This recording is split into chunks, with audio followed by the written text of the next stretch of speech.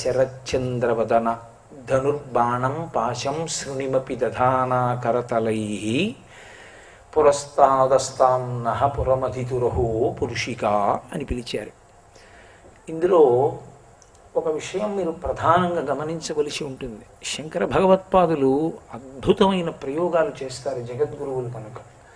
వ్యాస భగవానుడు అన్నాడు, చిదగ్నికుండము నుండి ఆవిర్భవించినటువంటి లలితాస్వరూపమునకు మొట్టమొదట ఆయన చెప్పినటువంటి ఆయుధములు రాగస్వరూప పాషాఢ్య క్రోధాకారాంకుశోజ్వల, ఈ రెండూ చెప్పాడు. పాశము అంకుశము చెప్పాడు. శంకరులు ముందు పాశము అంకుశము చెప్పలేరు. ధనుర్బాణం పాశం శృణిమపి దధానా కరతలై అన్నారు. అంటే ధనస్సు బాణములు ముందు శంకరాచార్యులు వారు చెప్పారు. వ్యాసో నారాయణ స్వయం, వ్యాసుడు శంకరుల చేతనే కాదు సర్వలోకము చేత పూజింపబడతాడు. ఆ వ్యాస భగవానుడిచ్చినటువంటి 16 సంవత్సరముల అదనపు ఆయుర్దాయంతో శంకర భగవత్పాదులు 32 సంవత్సరములే ఈ భూమండలం మీద ఉన్నారు. శంకరులకు వ్యాసుడంటే మహాభక్తి. అటువంటిది వ్యాస భగవానుడు లలితా సహస్రంలో చెప్పినటువంటి ఆయుధ క్రమాన్ని శంకరులు శ్లోకంలో మార్చారు. అంటే ఎందుచేత మార్చి ఉండాలి అన్నదాని కొరకు మీరు ప్రయత్నిస్తే మీరు దాని మీద బాగా ఆలోచన చెయ్యడమే తపస్సు. ఒక శ్లోకం గురించి మీరు బాగా ఆలోచన చెయ్యాలన్నది శంకరుల కోరిక. మీరు ఇలా ఎందుకు మార్చి ఉంటారు శంకరాచార్యుల వారు? ముందు ఎందుకు ఆయన పాశాన్ని అంకుశాన్ని చెప్పకుండా ధనుర్బాణములను శంకరులు ఎందుకు చెప్పాలి? అలా చెప్పడం మంచిదా, పాశము అంకుశము చెప్పడం మంచిదా అంటే ఒక్కటే. శంకరులు కూడా వ్యాస భగవానుణ్ణి కీర్తిస్తారు, వ్యాస భగవానుణ్ణి గౌరవిస్తారు, వ్యాసునకు నమస్కరిస్తారు. కాబట్టి వ్యాసుడు చెప్పినది దోషమని శంకరుల ఉద్దేశ్యం కాదు. ఇలా శంకరులు చెప్పినా ధనుర్బాణముల కన్నా అంకుశము పాశము చెప్పడమే ప్రధానము. పాశాంకుశములు ముందు చెప్పడమే యథార్థం, అదే సత్యం. తను కొద్దిగా కిందకి దిగిన వ్యాస హృదయం మనకి బాగా అర్థం అవడానికి ఆయన క్రమాన్ని మార్చారు. ఇందులో మొదటిది రాగస్వరూప పాషాఢ్య, రెండవది క్రోధాకారాంకుశోజ్వల, మనోరూపేక్షు కోదండ. అమ్మవారు చేతిలో చెరుకు విల్లు పట్టుకుంటుంది, ఇంకొక చేతిలో 5 బాణములు పట్టుకుంటుంది. ఈ 5 బాణములు పుష్పబాణములే, 5 పువ్వులు. ఈ 5 పువ్వులనే అరవిందము, అశోకము, నవమల్లికము, నీలోత్పలము, చూతము అంటారు. ఈ 5 పువ్వులు పట్టుకుంటుంది. ఒక చేత్తో చెరుకు విల్లు, ఒక చేత్తో 5 పుష్పబాణములు. ఇవి అమ్మవారి ఆయుధములు కావు. మీరు జాగ్రత్తగా గమనించి చూస్తే ఇవి పరదేవతకి సంబంధించిన ఆయుధములు కాదు. ఈ ఆయుధములు ఎవరివి అంటే మన్మధుడివి. మన్మధుడు పట్టుకోవలసినటువంటి ఆయుధాల్ని అమ్మవారు తీసుకుంది. అమ్మవారి చేతిలో ఉన్నవి చెరుకు విల్లు పుష్పబాణములే, మన్మధుడి చేతిలో ఉన్నవి చెరుకు విల్లు పుష్పబాణములే. మన్మధుడి చేతిలో చెరుకు విల్లు పుష్పబాణములు ఉన్నంతసేపు అంటే నా ఉద్దేశ్యం ఆయన ఆ ధనస్సుని ఎక్కుపెట్టి బాణప్రయోగం మన మీద చేసినంతసేపు ఇంద్రియ లౌల్యముతో తిరుగుతూ ఉంటాడు. పరదేవత తేజస్సుని నింపుతూ ఉంటుంది శరీరంలో, రోహిణీ తత్వము అంటారు. రోహిణీ స్వరూపిణి అయి ఈ శరీరంలో తేజస్సుని ప్రతిరోజు నింపుతుంది ఆవిడ. ఈ తేజస్సు అధోముఖంగా నష్టమైపోతే అది వక్రదృష్టి చేత చంద్రునితో చూడబడినది అంటారు. అది దాని వలన పురుషుడు తేజస్సు పోగొట్టుకుంటాడు, దాని వలన సాధనాక్రమంలో పైకి ఎదగలేడు. అమ్మవారి అనుగ్రహం ఉండడం అంటే మన్మధుని యొక్క బాణములు పడితే ఇంద్రియముల యొక్క లౌల్యమునకు గురి అయి విషయ ప్రపంచమునందు సుఖములను కోరుకుంటాడు. చెరుకు విల్లు అంటే చెరుకు కర్రతో ఉంటుంది. అది పైనుంచి కింద వరకు మీరు ఎట్నుంచి కొరికి చూడండి తియ్యగా ఉంటుంది. పువ్వులలో మకరందం ఉంటుంది, అందులోనూ తీపి, ఇందులోనూ తీపి. ఈ రెండు తియ్యగా ఉండడం అన్న మాటకు అర్థం ఏమిటంటే ప్రపంచంలో 5 ఇంద్రియముల చేత అనుభవింపబడేటటువంటి సమస్త విషయముల యందు మాధుర్యమును చూస్తుండడం. శబ్ద స్పర్శ రసరూప గంధములని 5 తన్మాత్రలు. పంచేంద్రియములు కన్ను, ముక్కు, చెవి, నాలుక, చర్మము. ఈ 5టితో శబ్దస్పర్శ రసరూప గంధములనేటటువంటి తన్మాత్రలతో విషయ సుఖములను అనుభవించడమునందు మగ్నమై ఉండడం. మన్మధుని చేతిలో చెరుకు విల్లు 5 బాణములు ఉన్నంతసేపు, ఆయన మన మీద బాణ ప్రయోగం చేసినంతసేపు జరుగుతుంది. మన్మధుడు పరదేవత దగ్గర కింకరుడు. ఆమె ఆజ్ఞాపించిందనుకోండి, నువ్వు ఆయన మీద వెయ్యడానికి వీల్లేదు అందనుకోండి, ఇక ఆయన బాణములు వెయ్యడు. అప్పుడు ఆవిడ చేతిలో ఉన్నటువంటి చెరుకు విల్లు 5 బాణములు పనిచేస్తాయి. ఇది అసలు ఎందుకు మారింది అని అడిగారు. మన్మధుని చేతిలో ఉండవలసిన ఆయుధాలు అమ్మవారి చేతిలోకి ఎందుకు వెళ్ళాయి? ఒకానొకప్పుడు పరమశివుడు తపస్సు చేస్తున్నాడు. అమ్మవారు మహాపతివ్రత. ఆవిడ ఎక్కడ శరీరాన్ని విడిచిపెట్టినా, అంటే అవతార పరిసమాప్తి చేసినా భర్త గౌరవం కోసం చేస్తుంది. ఆమె ఎప్పుడు అవతార స్వీకారం చేసినా పరమేశ్వరుణ్ణి మాత్రమే భర్తగా పొందుతుంది. ఎంతమందికైనా కుమార్తెగా వస్తుంది, కానీ భర్త మాత్రం పరమేశ్వరుడే. మహాపతివ్రత అయినటువంటి అమ్మవారు పరమశివుణ్ణి కలుస్తుంది. అది సృష్టిలో ఎవ్వరూ ఆపలేనటువంటి తత్వం. కానీ అసలు లోకమునకంతటకు ఆది దంపతులు ఎవరు? పార్వతీ పరమేశ్వరులు. అందుకే శివానంద లహరిలో శంకరాచార్యులు వారు నిత్యాయ త్రిగుణాత్మనే పురజితే కాత్యాయని శ్రేయసే సత్యాయ అద్య కుటుంబిని మునిమన ప్రత్యక్ష చిన్మూర్తయే అంటారు. పోతన గారు రుక్మిణీదేవితో స్తోత్రం చేయిస్తూ అమ్మలగన్నయమ్మ ముగురమ్మల మూలపుటమ్మ చాలా పెద్దమ్మ అని పోతన గారు స్తోత్రం చేశారు. నమ్మితి నామనంబున సనాతనులైన ఉమామహేశులన్ మిమ్ము పురాణ దంపతుల మేలు భజింతు కదమ్మ మీటి పెద్దమ్మ దయాంబురాశివి కదమ్మ హరిన్ పతిచేయుమమ్మ నిన్ను నమ్మిన వారికెన్నటికి నాశము లేదు కదమ్మ ఈశ్వరి అనిపిస్తారు. వాళ్ళు సనాతనులు. వాళ్ళిద్దరు ఎప్పుడున్నారో ఎవరికి తెలియదు. పూర్వజ, మీరన్నిటికన్నా ముందు ఏదుందంటారో దానికన్నా ముందు ఆవిడుంది. ఆవిడ ఆయన యందు ఉంటుంది. ఆయన సృష్టి చెయ్యాలనుకున్నప్పుడు ఆయన నుండి విడిపడుతుంది. ఆవిడ ప్రకృతి స్వరూపిణి పక్కన కూర్చుంటుంది. అందుకని అహో పురుషిక అంటారు శంకరాచార్యుల వారు. అటువంటి తల్లి ఆ పరమేశ్వరుడు ఆది దంపతులు. వాళ్ళ అనుగ్రహం వలన కలిగినటువంటి సృష్టిలో అంతర్భాగము మన్మధుడు. ఈ మన్మధుడు పార్వతీ పరమేశ్వరుల యందు కామము కల్పించగలను అనుకున్నాడు. ఇది హద్దు దాటడం అంటే. ఇది ఆయన చెయ్యకూడని పని ఎక్కడ చేశాడంటే, అయితే మన్మధుడికి తెలియక చెయ్యలేదు. మీరు వీరభద్ర విజయం చదివితే మీకు బాగా అర్థం అవుతుంది. ఆయన రతీదేవి దగ్గరికి వెళ్ళి చాలా బాధపడ్డాడు. ఇది నేను చెయ్యకూడని పని, ఒకవేళ నిజంగా పరమేశ్వరుణ్ణి గెలిచి నేను వెనక్కి వచ్చినా నా తండ్రి చూసే చూపు నేను తట్టుకోలేనన్నాడు. ఆయన విష్ణువు యొక్క కుమారుడు. కందర్ప దర్పహర సుందర దివ్యమూర్తి కాంతా కుచాంబురుహ కుట్మలలోల దృష్టి అని. కందర్పుడంటే మన్మధుడు. ఆయన శ్రీ మహావిష్ణువు యొక్క కుమారుడు. పరమశివుడు తపస్సు చేసుకుంటున్నాడు. భయపడుతూనే మన్మధుడు ఒక బాణం వేశాడు. పరమశివుని యొక్క మనసు కించిత్ విచలితమైంది. ఆయన కనిపెట్టాడు. నా మనసు అకస్మాత్తుగా చెదిరింది అంటే ఎక్కడో ఏదో జరిగిందని ఆయన వెంటనే చుట్టూ చూశాడు. మన్మధుడు కనబడ్డాడు. 2వ బాణాన్ని ఎక్కువ పెడుతున్నాడు. ఆయన వెంటనే 3వ కన్ను తెరిచాడు. అందులోంచి వచ్చినటువంటి పెనుమంటల చేత మన్మధుడు దగ్ధమైపోయాడు. కారణం ఏమిటి అంటే ఆయన పరిధిని అతిక్రమించడమే. తండ్రికి కొడుకు చెప్పకూడని ఉంటాయి. తండ్రికి బోధ చెయ్యవలసిన వాడు కాదు కొడుకు. తండ్రి ఉత్తమ గుణములను స్తోత్రం ఒక్కటే చెయ్యాలి తప్ప మా నాన్నగారి యందు ఈ దోషం ఉందని చెప్పే అధికారం కొడుక్కి లేదు శాస్త్రంలో. తండ్రి గుణములను మాత్రమే ప్రస్తుతి చెయ్యాలంతే. తండ్రి దైవం, నీకెందుకు?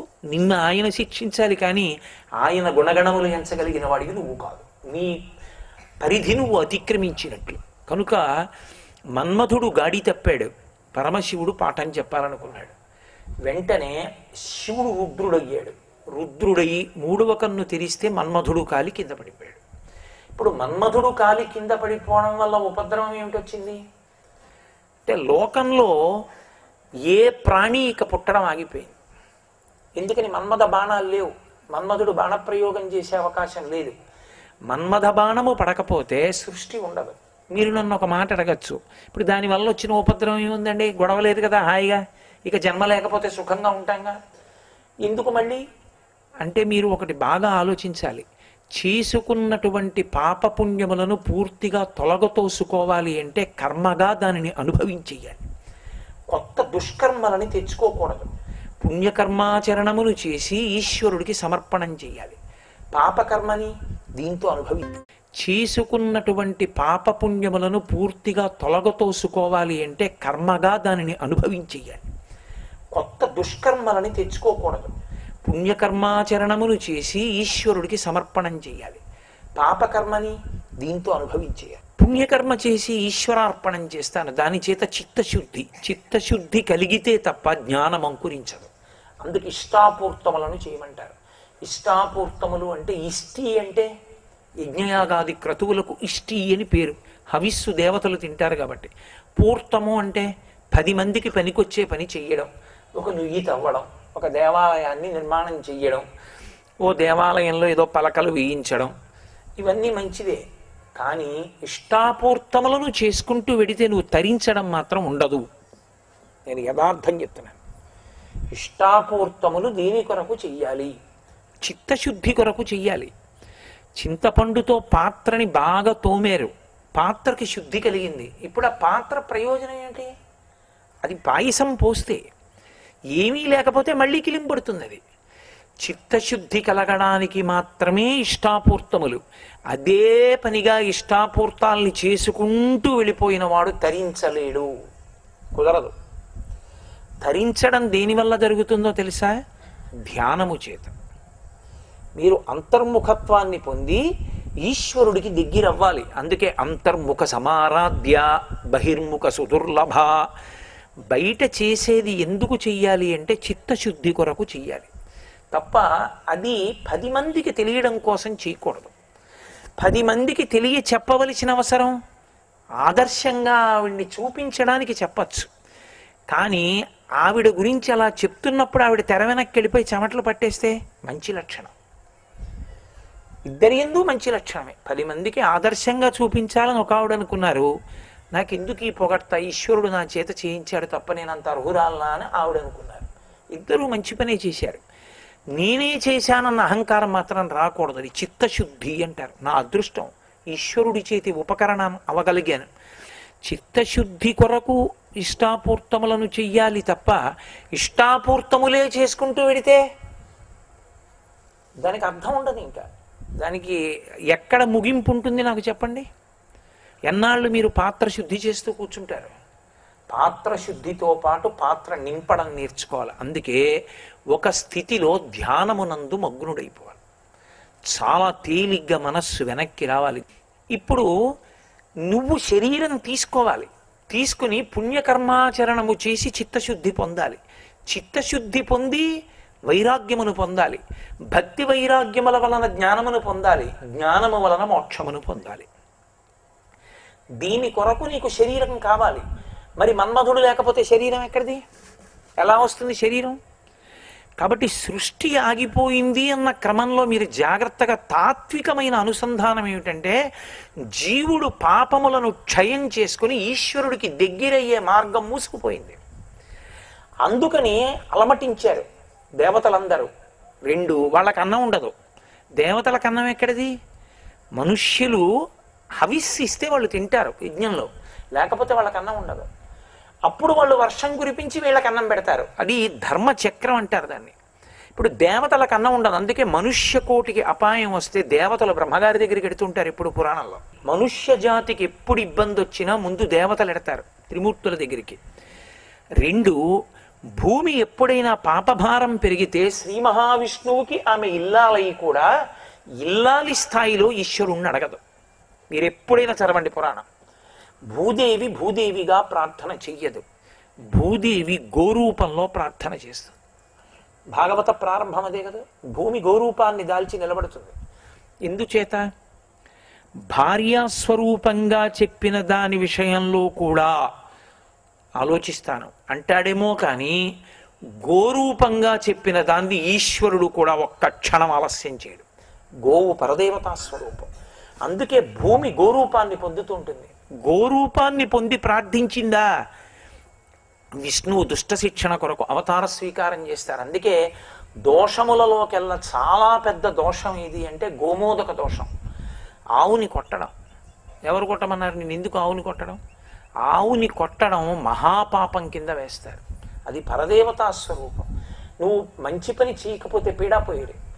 నువ్వు దేవాలయానికి వెళ్ళి నమస్కారం చేయకపోతే పర్వాలేదు, దేవాలయంలోకి వెళ్ళి అంతరాలయంలోకి చొరబడి ప్రాణప్రతిష్ఠ చేయబడినటువంటి పరదేవతా స్వరూపాన్ని కర్రతో కొడితే ఏ దోషం వస్తుందో గోవుని కొడితే అదే దోషం వస్తుంది.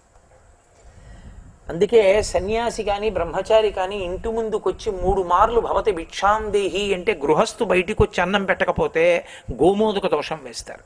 ఎందుకనంటే గృహస్థు యొక్క ప్రధాన ధర్మం అది. ఆ ధర్మ నిర్వహణ యందు వైక్లభ్యాన్ని పొందాడు కాబట్టి. సరే, అందుచేత శరీరములు లేకపోతే సృష్టి ఆగిపోయింది. అప్పుడు దేవతలు రతీదేవి అమ్మవారిని ప్రార్థన చేశారు. అప్పుడు అమ్మవారు ఏం చేసింది? ఇప్పుడు ఆవిడ మళ్ళీ మన్మధుణ్ణి బతికించింది అనుకోండి. మన్మధుణ్ణి మళ్ళీ బతికిస్తే పరమశివుడు ఏమంటాడు అంటే, నేను కాల్చేవాణ్ణి నువ్వు బతికించేదానివి అనమాట. అంటాడా? అండా. పతివ్రత ధర్మమునందు గొప్పతనం ఏమిటంటే, పిల్లల కోసం లోకం కోసం కావలసిన పని చెయ్యాలి, కానీ అది భర్త మనసుకి మాత్రం ఎప్పుడూ బాధ కల్పించకూడదు. ప్రధాన ధర్మం ఏది స్త్రీకి అంటే భర్త మనసు కుందకుండా చూచుకొనుటయే. భర్త మనసు కష్టపడకూడదు. కాబట్టి ఇప్పుడు ఆవిడ బ్రతికిస్తే శివుడికి కోపం వస్తుంది, బ్రతికించకపోతే సృష్టి ఆగిపోయింది, జీవులు బాధపడుతున్నారు. ఆమె ఈ లోకమునకంతటికీ తల్లి. మరి ఏం చేయాలి? రూపం ఉంటే కదా శివుడికి కనపడ్డం. మళ్ళీ ఇబ్బంది రావడం. ఆవిడంది, అసలు నువ్వు ఎందుకు వేసావు బాణం? నాకు పరమేశ్వరుడికి కళ్యాణం జరగాలని. ఎందుకు మా ఇద్దరికి కళ్యాణం అంటే, తారకాసురుడను రాక్షసుడు వాడు వరం అడిగాడు. అప్పటికి పార్వతీదేవి దాక్షాయణిగా శరీరం విడిచిపెట్టింది. పరమశివుడికి కామం లేదు కాబట్టి పార్వతీ పరమేశ్వరులకు కుమారుడు కలిగితే, అది కూడా ఎలా? శివవీర్యము స్ఖలనమై కొడుకు పుడితే అప్పుడు ఆయన చేతిలో నేను మరణిస్తానన్నాడు. అదేం పెద్ద విషయమా అండి అని మీరు అనుమానపడచ్చు.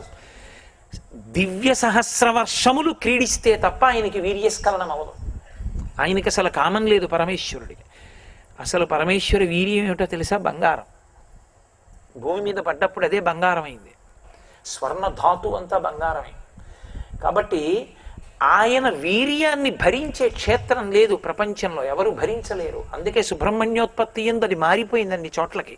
స్కందోత్పత్తి అంత అద్భుతమైనటువంటి విషయం. అసలు స్కందోత్పత్తిని వాల్మీకి రామాయణంలోది విన్నంత మాత్రం చేత అపూర్వమైన అనుగ్రహాలు కలుగుతాయి. అంత గొప్పది. స్కందోత్పత్తి చెప్పి సుబ్రహ్మణ్యేశ్వరుడికి తేనెతో అభిషేకం చేస్తే ఉత్తర క్షణంలో పిల్లలు రక్షింపబడతారు, సంతానం కలుగుతుంది. అంత గొప్పది స్కందోత్పత్తి. సరే, అందుచేత ఇప్పుడు పరమశివుడు నన్ను వివాహం చేసుకునేటట్టు చెయ్యగలిగినంత మొనగాడివి కావు మన్మథ. నువ్వెందుకు వేసావు బాణం? అది నీ వల్ల అవుతుందా? నువ్వు వేస్తే శివుడు లొంగడు. ఆయనని నా భర్తగా చేసుకోగలిగిన శక్తి నాకొక్కదానికే ఉంది. నువ్వు చేయలేవు ఆ పనిని. కాబట్టి నీ చేతిలో ఉన్న ధనుర్బాణములను ఇలాయి అని ఆవిడ పుచ్చుకుంది. మన్మధుడి చేతిలో ఉన్న చెరుకు విల్లు 5 పుష్ప బాణాలే అమ్మవారి చేతికి వచ్చాయి. ఇప్పుడు అమ్మవారు పట్టుకుంది, అందుకని ఆవిడ చేతిలో చెరుకు విల్లు 5 పుష్ప బాణాలు ఉంటాయి. ఇప్పుడు ఆవిడ చేత్తో పట్టుకుంటే ఆమె శివకామ సుందరి. తత్వాన్ని మీరు బాగా అర్థం చేసుకోవాలి, లలితా తత్వాన్ని. ఇప్పుడు ఆమె పరమశివుడు కాముణ్ణి కాల్చినవాడు అమ్మవారి పట్ల పరమ ప్రీతి చెంది ఆమె తపస్సు చేత గెలుచుకుంది పరమేశ్వరుణ్ణి. అందుకే అపర్ణ అయింది. అపర్ణ ఎక్కడ కనపడుతుందని అడిగారు. ఆకులు లేని చెట్టులో కనపడుతుంది. ఆకులు లేని చెట్టు అపర్ణ. ఓ చెట్టు శిశిర ఋతువునందు ఆకులు రాల్చి మోడుగా నించుందనుకోండి, అది అపర్ణాస్వరూపం. దాన్ని పూజ చేస్తారు. అందుకే తెల్ల మేఘాన్ని ఆకులు రాలిన చెట్టుకి పూజ ఉంది ప్రత్యేకంగా. కాబట్టి అది అపర్ణాస్వరూపం. అప్పుడు శివుడు ఎక్కడున్నాడని అడిగారు. నమో వృక్షేభ్యో, ఆ చెట్టు రూపంలో ఉన్నవాడు శివుడే. మరి సుబ్రహ్మణ్యుడు ఏడని అడిగారు. స్కంద, దాని కొమ్మలు, ఎండిపోయిన కొమ్మలే సుబ్రహ్మణ్యుడు. మరి గణపతి ఏడని అడిగారు. దాని మొదట్లో పెడతారు వినాయకుడిని. అప్పుడు శివ కుటుంబం అవుతుంది. కాబట్టి ఆ తల్లి అపర్ణ ఆకులు కూడా తినడం మానేసి తపస్సు చేసింది. పరమశివుడు బ్రహ్మచారి రూపంలో వచ్చి తనని తాను నింద చేసుకున్నాడు. తన పెళ్లి తాను చెడగొట్టుకోవడానికి ప్రయత్నించిన వాడు లోకంలో శివుడు ఒక్కడే. ఆమె తిరస్కరించింది. బ్రహ్మచారిని తోషవతల పారైండంది. అబ్బో, పోతన గారు ఏమనుభవించారో వీరభద్ర విజయంలో. అసలు ఆ పార్వతీ కళ్యాణం వినాలి, ఏమీ అద్భుతంగా ఉంటుందో ఆ పద్యాలు. కాబట్టి ఇప్పుడు చిలికెత్తెలు వెళ్ళి ఆయన్ని తోసేస్తుంటే నిజస్వరూపంతో కనపడ్డాడు. ఆమె చెరుకు విల్లు పుష్పబాణములు పట్టుకుంటే పరమశివుణ్ణి తండ్రిగా తెచ్చి మనకి కూర్చోపెట్టుకుంది పక్కన. ఇప్పుడు ఆమె వంక, ఆమె అందాన్ని చూసే అధికారం ఉన్నవాడెవరు? శివుడు ఒక్కడే. అందుకని ఆమె శివకామ సుందరి. శివుని కామము ఉద్దీపనము చెందేటటువంటి సుందర స్వరూపిణి ఆమె. మీకు నాకు అఖిలాండేశ్వరి, జగజ్జనని. పరమశివుడి పక్కన పంచపుష్పబాణములు చెరుకు విల్లు పట్టుకు కూర్చున్న లలిత శివకామ సుందరి. అందుకే చిదంబరంలో ఆయన పరిపాలకుడు నటరాజుగా, ఆమె శివకామ సుందరి, ఇంటి ఇల్లాలు. అందుకే దేవాలయానికి వెనక్కాతలు ఉంటుంది ఆవిడ. శివకామ సుందరి దేవాలయం మీకు చిదంబరంలో బయట ఎక్కడ కనపడదు. అడగాలి ప్రత్యేకంగా, ఎక్కడండి గుడిని. బాగా లోపలికి వెడితే కనపడుతుంది. ఆవిడ దేవాలయం లోపల ఎక్కడో ఉంటుంది, ఆవిడ బయటికి రాదు. ఆవిడైనా అంతే, తత్వత ఒక్కటే సుమండి.